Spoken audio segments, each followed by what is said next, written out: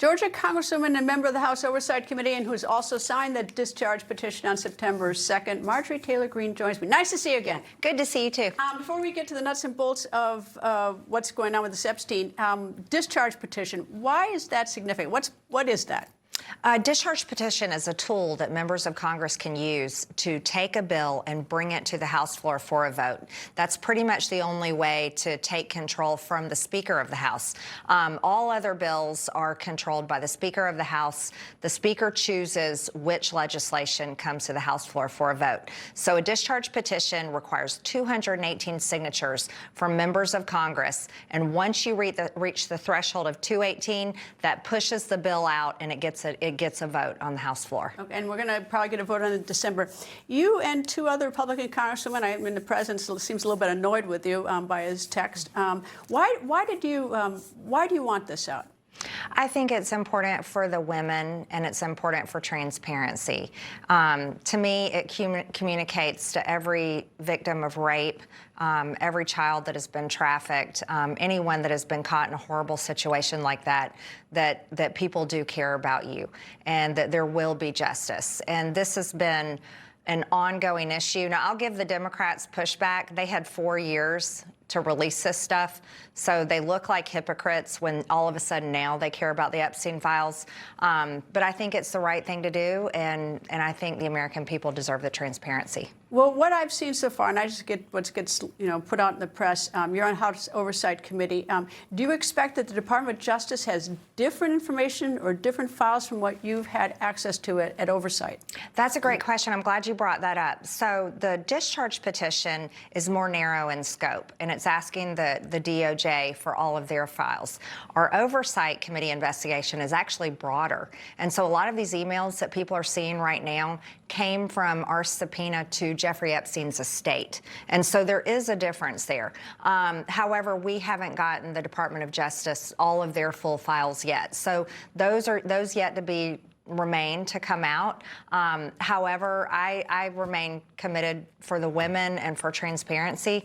And so I'm hoping to see it all just needs to come out and the American people can sort through it. Well, there are a lot of people who look really bad in this. Epstein, one, Ghislaine Maxwell is two. But the other one that struck me is, in the emails that have been released, is Michael Wolff, who wrote a trash book on President Trump in 2018. But if you back it up and look at these emails, he was trying to get Epstein to blackmail the president, that the president had been at the house where the girls were, which is not a crime. I mean, being there around there is not a crime, and, and we don't know what happened. But I was struck at how bad he looks. I certainly agree with you.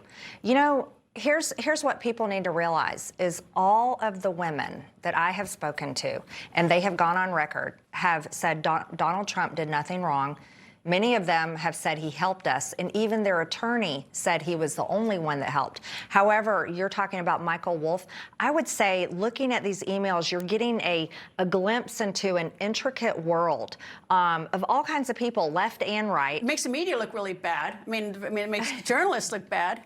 Well, I think it gives us an interesting glimpse into sort of the spider web of, like, the deep state and how global politics, because there's all these foreign leaders and countries he talks about, all these business, like, dirty ways that they're making money, connecting at the UN, traveling to this country.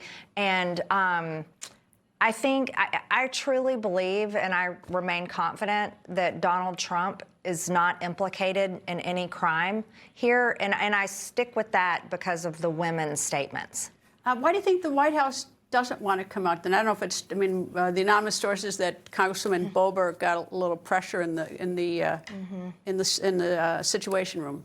I'm not sure. I've been asked that over and over, and just honestly, I don't understand it. Maybe it could be, and I'm just, I'm again a wild guess since you don't know, is that it could be that they just don't know what's in there, so they, fear of what, just the fear of not knowing.